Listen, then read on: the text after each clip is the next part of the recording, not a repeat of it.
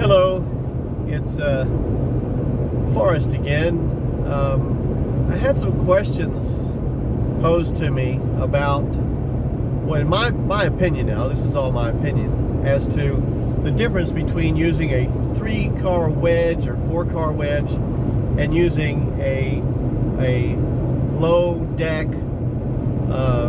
flatbed with the drive over fenders 40 feet. You can usually get 2. Sometimes if they're really small cars you can put 3, but typically 2. And in fact the one I typically use in that respect is a Lamar. It has the gooseneck height is lower, which decreases the wind drag over the cab.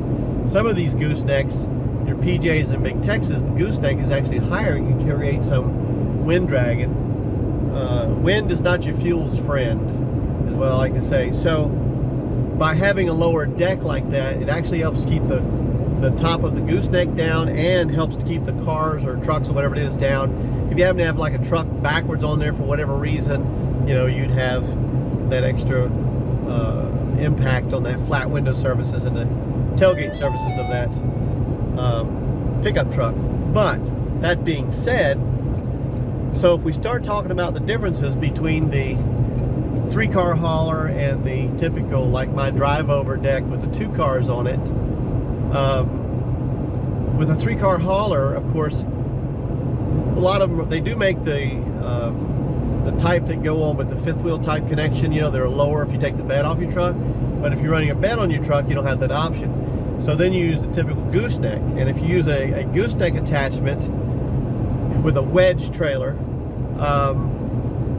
you know, you're putting something on that top deck and it goes out over the truck.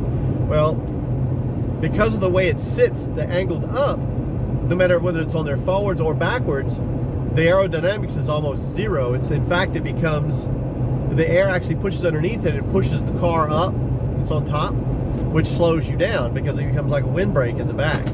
Now that, combined with the extra weight of 3,000, 3,500 pounds, or whatever you're going to put up there, are actually costing you more fuel. And at $4.20 a gallon or wherever you might be paying for that, with that much more wind pushing against you, and the music playing in the background, I have a disco inside the truck with me.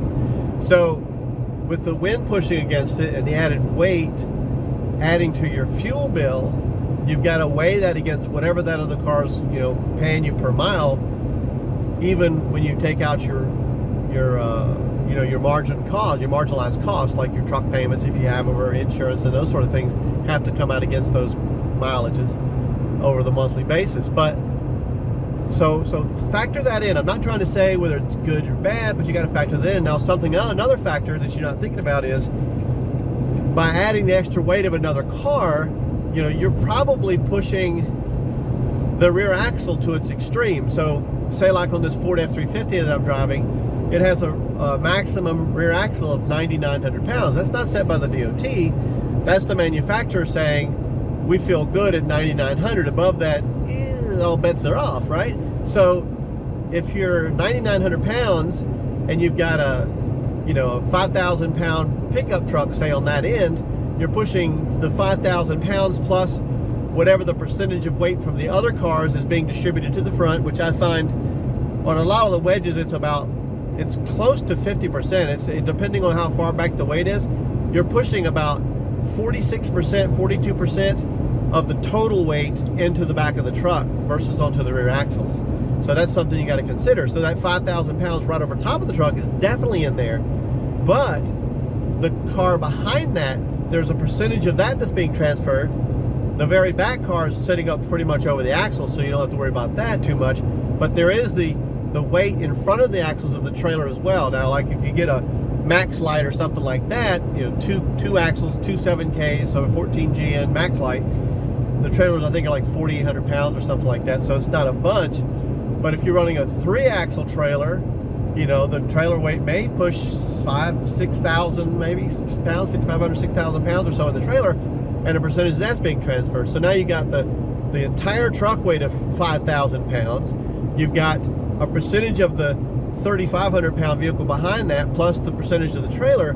you could easily push that 9,900 pounds on there, considering the way the truck is there too. So now, I guess my point is, if you begin to push over that 9,900 pounds, you could have failure rate in the bearings, because that's what the 9,900 pounds is for, is the failure rate in the bearings. You know, you can get heavier tires, you can get bigger diameter rims and heavier tires, like the 450s carry versus the 350s carry. I mean, there's lots of the ways for the tires to be excluded from the problem, but you're not going to be able to exclude that axle from its problem, and that's the 9,900 pounds of weight that, you know, that's going on the bearings, and that's what they're trying to tell you.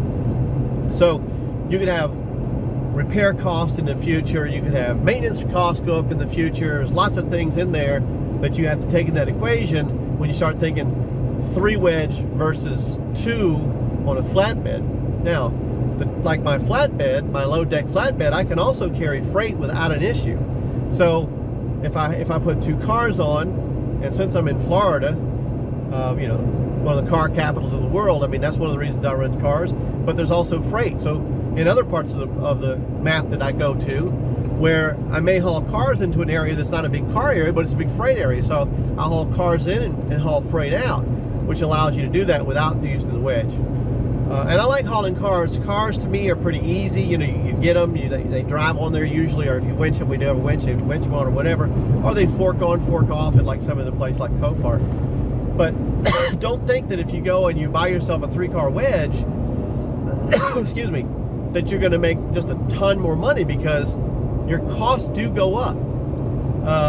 And so you wind up with the potential there of not making as much money as you think. So if you think, you know, I've got a route that's paying me per car, say, you know, $250 a car, but yet you're paying another, you know, your normal fuel costs are $50 or $75 on that route, probably $75 or so per vehicle. So let's say $75 a vehicle on that route, and you've got $75 that you've now spent normally, but you spend an extra $25, right?